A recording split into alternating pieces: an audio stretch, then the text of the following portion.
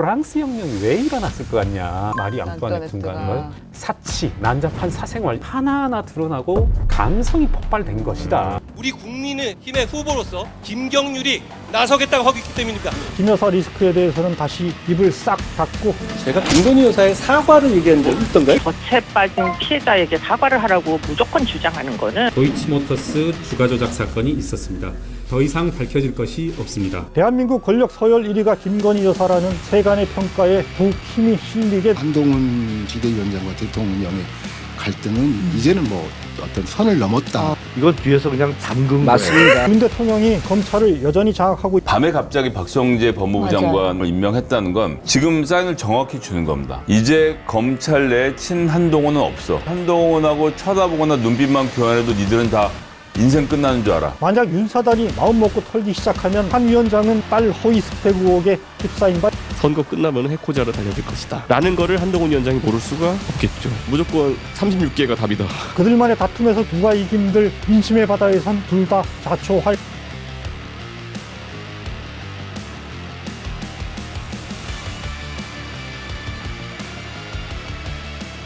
안녕하세요. 논설의 손원재입니다. 윤석열 대통령과 한동훈 국민의힘 비상대책위원장이 김건희 리스크를 두고 격렬하게 충돌했다가 다시 봉합에 들어갔습니다. 윤 대통령이 비서실장을 보내 사퇴를 요구했지만 한 위원장은 거부했습니다. 오히려 대통령실이 사퇴 요구를 했다고 만천하에 공개했습니다. 대통령실의 과도한 당무 개입이라는 비판이 있는데 그 과정에 대해서는 제가 사퇴 요구를 거절했기 때문에 구체적인 내용에 대해서는 말씀드리지 않겠습니다. 대통령의 공천 개입을 포함한 당무 개입은 불법입니다. 박근혜 전 대통령은 친박 공천을 위해 정무수석실을 시켜 친박 인사들의 총선 여론조사를 하게 했다가 징역 2년을 선고받았습니다. 한 위원장이 대통령실 사퇴 요구를 확인해 준 것은 윤 대통령에게 불법 행위로 처벌받을 수 있다 경고한 것이라는 풀이가 나옵니다. 그 내용으로만 보면 누가 봐도 이거는 당무 개입이고 형법상의 직권남용죄예요. 그러니까 지금 대통령실이 한 발 물러설 수밖에 없는 상황이고 제가 보기엔 뒤통수 친 게 아니고요. 이건 뒤에서 그냥 잠근 거예요. 윤 대통령은 이미 이준석, 김기현 전 대표를 물러나게 한 전력이 있습니다. 이번에도 자신이 물러나라고 하면 20년 부하인 한 위원장이 결국은 따를 것이다 생각한 것 같습니다. 그러나 이미 정치의 길로 들어선 한 위원장이 이를 거부하고 오히려 역공을 취한 겁니다. 이전과 달리 친윤 의원들도 대통령 뜻대로 움직이지 않았습니다. 총선을 불과 70여일 앞두고 윤 대통령 지지도는 바닥입니다. 그나마 믿을 건 보수층 중심으로 인기가 치솟은 한 위원장뿐이다. 이런 기류가 당 전반에 팽배해졌기 때문입니다. 지금 이 국면은 한쪽은 배짱이 없는 거고 한쪽은 실탄이 없는 겁니다. 대통령 입장으로 봤었을 때는 쫓아내고 싶었지만 병력이 없죠. 실탄이 없고. 이런 상황에서 두 사람이 택한 것은 신속한 봉합이었습니다. 충남 서천 화재 현장에서 만나 악수하고 20분 만에 기차를 같이 타고 상경했습니다. 재난을 정치적 화해 쇼의 배경으로 활용했다. 비판이 나왔습니다. 그 엿새 만인 29일엔 용산 대통령실에서 2시간 37분간 점심을 같이 하고 차담을 나눴습니다. 한동훈 비대위 출범 한 달을 맞아 당정 소통을 강화하고 민생 문제를 점검한다. 이런 명목이었죠. 하지만 이날 당내 처음으로 김건희 사과를 요구했던 김경률 비대위원 등 다른 비대위원들과 여당의 정책협의 창구인 유이동 정책위의장 등은 초대받지 못했습니다. 대통령실은 두 사람의 완전한 관계 복원을 보여주는 자리로 만들고 싶었을 것입니다. 그러나 실제로는 대화 내용도 형식도 여전히 어색한 봉합에 그쳤습니다. 무엇보다 두 사람 충돌의 근본 원인이죠. 김건희 리스크나 공천 문제에 대해선 전혀 이야기가 나오지 않았다고 합니다. 예를 들어서 우리가 가까운 친구나 친척, 형제 자매끼리 두 가지 문제로 엄청 싸웠어요. 근데 그거 얘기 않고 밥 한 번 먹었다고 봉합됩니까? 당정 정책 창구가 모두 빠진 채 민생을 논의했다는 것도 선뜻 이해가 가지 않습니다. 민생을 이야기하기에는 2시간 47분은 짧고요. 2박 3일도 짧습니다. 그리고 이제 민생을 디테일하게 얘기할 텐데 그러려면 옆에 배석자들이 자꾸 데이터들을 가지고 와야지. 정책의장하고 경제부총리 있어야 됐어야 되는. 각 장관들이나 최소한 차관들은 배석을 해야 민생 얘기를 길게 하죠. 이런데도 한 위원장은 찻대고 폿된 오찬 봉합의 공허함을 지적하는 야당 논평에 거칠게 맞섭니다. 권치성 대변인인가? 이러던데 2시간 47분 동안 무슨 얘기를 한 거냐. 구질구질하네요. 이러니 깐죽 화법 소리가 나오는 게 아닐까요? 그러나 윤 대통령 밑에서 부대변인을 했던 사람마저 이번 오찬 회동이 별 의미 없었다. 평가하는 마당입니다. 사실 가장 중요한 두 가지의 내관에 대해서 언급이 있었어야죠, 반드시요. 한동훈 위원장의 사퇴 요구로 인해서 김건희 여사의 명품백 문제는 총선의 가장 핵심 이슈가 됐습니다. 그럼 당연히 대통령실에서 초청해서 자리를 가졌으면 우리의 생각은 이렇다라고 말하는 게 맞는 거죠, 사실은. 전 개인적으로 대통령실이 명분도 잃고 신뢰도 잃었다 이런 생각이 듭니다. 이른바 유난 충돌과 봉합 경과에 대해 함께 대략적으로 훑어봤습니다. 그렇다면 불과 한 달여 사이에 벌어진 정권 핵심부의 권력 투쟁에 담긴 함의는 무엇이고 이후 전망은 어떻게 될까요? 지금부터 같이 짚어보시죠.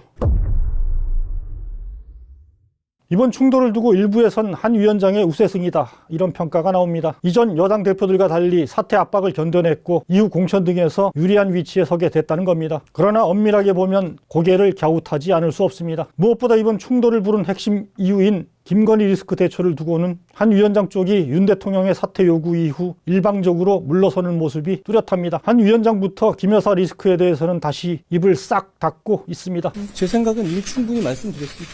제가 더 말씀드리진 않겠습니다. 설 연휴 전에 여사 가방 논란 관련해가지고 입장을 밝히지 필요하다고 보시나요? 그 부분에 대해서는 제 입장을 분명히 말씀드렸다. 뭘 분명히 말했다는 걸까요? 한 위원장은 충돌 이전에도 국민들께서 걱정하실 만한 부분이 있었다. 국민의 눈높이에 생각한 문제니까요. 이런 모호한 표현을 썼을 뿐입니다. 사과조차 요구하지 않았습니다. 그나마 김건희 특검법은 빼고 최근에 벌어진 디올백 수수에 한해 국민 눈높이를 거론했을 뿐입니다. 충돌 뒤엔 다시 한번 사과를 요구할 생각이 없다고 분명히 선을 긋습니다.